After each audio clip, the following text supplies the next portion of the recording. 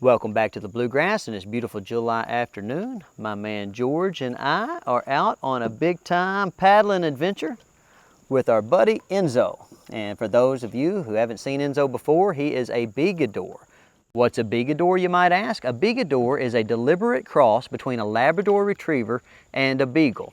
And although that cross it produces a pretty healthy, pretty vibrant dog, it also produces a dog that presents some challenges in terms of, basic obedience training. And let me give you an example of what I'm talking about. So we're out here paddling around, and Enzo loves to come out here. And about 50% of the time, he acts like a Labrador Retriever. But the other 50% of the time, he acts like what, George? A Beagle. A Beagle. So we'll let him out of the canoe and we'll let him go swimming, and he'll be hanging out pretty good, and then all of a sudden we'll hear him start in, and that lets us know that he is on the trail of some critter, and we're going to have to really be Johnny on the spot to get him back in the canoe. So we thought we would just take a little trip and show you what it's like to be out with a Beagador, because you guys see us out all the time with Labrador Retrievers and other sporting breeds that like to stay close to us, but you haven't seen us out a whole lot with dogs that have hound in them. And I've been getting some questions on the channel about, hey, why don't I ever see any coon hounds? Why don't I ever see any beagles? Things like that. Well, most of the time, guys, people that buy hounds, they don't really expect those hounds to be particularly astute at basic obedience, right? They come in and being still and have good manners. They expect them to be especially astute at running off and chasing game and making lots of noise till you find them. Okay, and so when presented with a dog that's got a little bit of, hey, Stoney, what are you doing all the time in him, but that's battling with, hey, Stoney, come find me while I make noise, it makes for an interesting training experience, doesn't it, Georgie? Yep. And so sometimes we're super happy with Enzo's progress, and sometimes we just look at him and we know what's on his mind, and we know we're going to have to go get him because he's going to go off and he's going to make noise till we find him. So we'll just take you along on a little bit of bank scrambling. And what bank scrambling is, that's when we pull the canoe up and we get out of the bank and we take the dogs with us, and we just kind of run around and let them climb and jump and get some environmental socialization in, and we give them a chance to get in touch with who they really are, okay? And that's really important with the dog. You want them to be able to get in touch with who they really are. And so for a dog like Enzo, who's got that natural hunting instinct to him, you gotta let him kind of tap into it every once in a while. You just have to set parameters that keep him safe, all right? So for us, it's perfectly cool for Enzo to get up here on the bank and hunt around and even make a little noise as long as he stays relatively close. But we can't be chasing him all over Madison County. So we're gonna try to make sure that he doesn't go too far. So we got to balance it. Dog training always should be a balancing act, guys. You are trying to get the dog to make you happy, but in the process, you kind of have to make the dog happy by meeting them in the middle. So if you want a dog to be reliable in a high distraction, especially off-leash environment, then you got to make him understand that his access to the things in that environment comes through being cooperative and compliant in relation to the rules that you've set forth for that particular outing. All right, so we'll just keep paddling down the river here, and then we'll stop and get out on the bank, and we'll kind of show you guys what we do with these dogs. All right, George has found us a good little adventure spot here, and we're going to pull in, and then I'm going to get out with Enzo and let him explore a little bit. And actually, George and I are going to have a little competition. You see that log up there?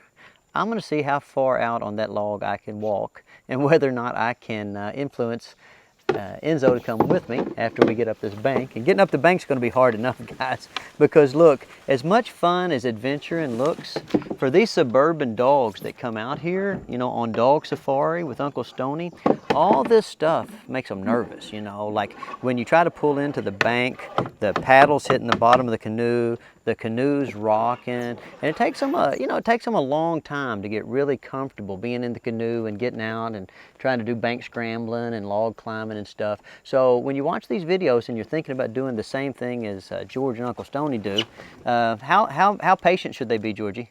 As patient as they can be. As patient as you can possibly be, because it's a lot harder and more frustrating in real life than it is on TV, but that's like most things. The thing about this kind of environment, guys, is that these clay banks, they're pretty darn slippery, and so you got to kind of wedge yourself up and find a foothold, but all the wood is rotten. And so everything you grab onto ends up giving away. So, come on, Enzo.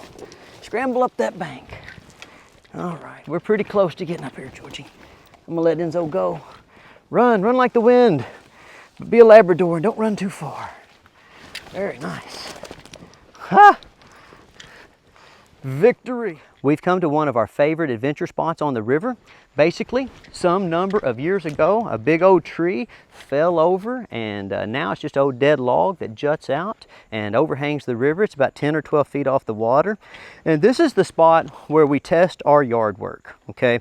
You guys see me do all the stuff at the kennel on the Small Challenges course. Well, we like to come out on our adventure routes, and we kind of give dogs grades based on how they navigate the challenges that we have on these different sections of routes, okay?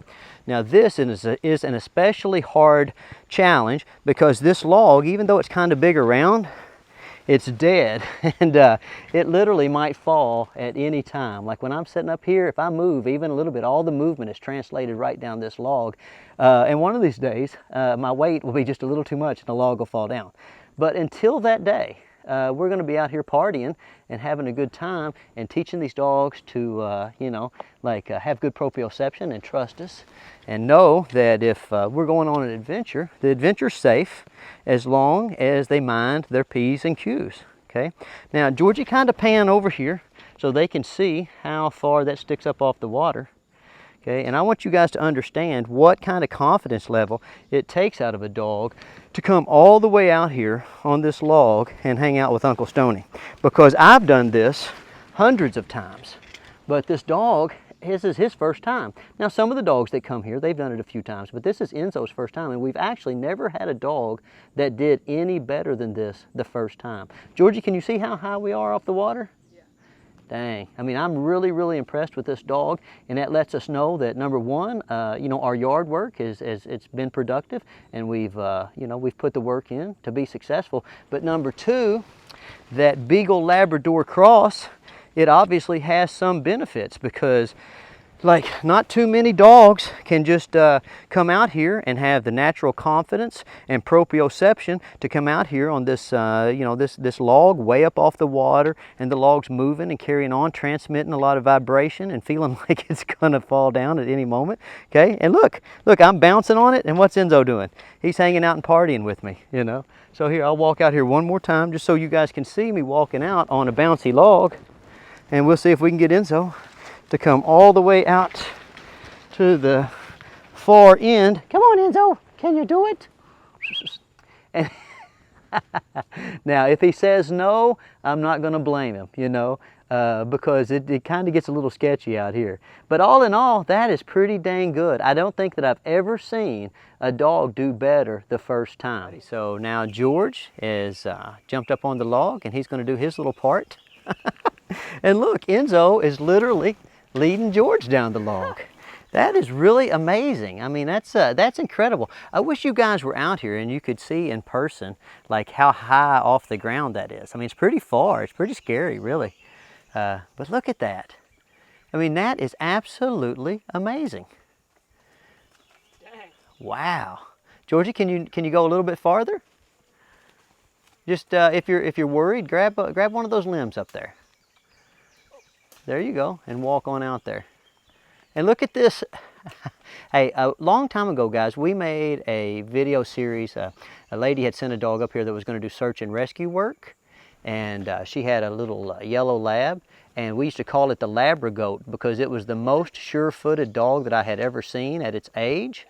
Well, I tell you what, this dog here has just surpassed that dog, and we're going to call this guy a Beagador, because he is most certainly the most sure-footed dog that I've ever seen personally out on this particular adventure. And that is super awesome. Look at that.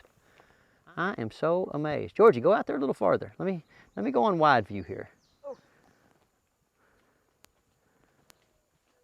Look at that, guys. You don't get that kind of dog training just anywhere. You gotta come to the bluegrass state to get that kind of dog training. Dang, nice.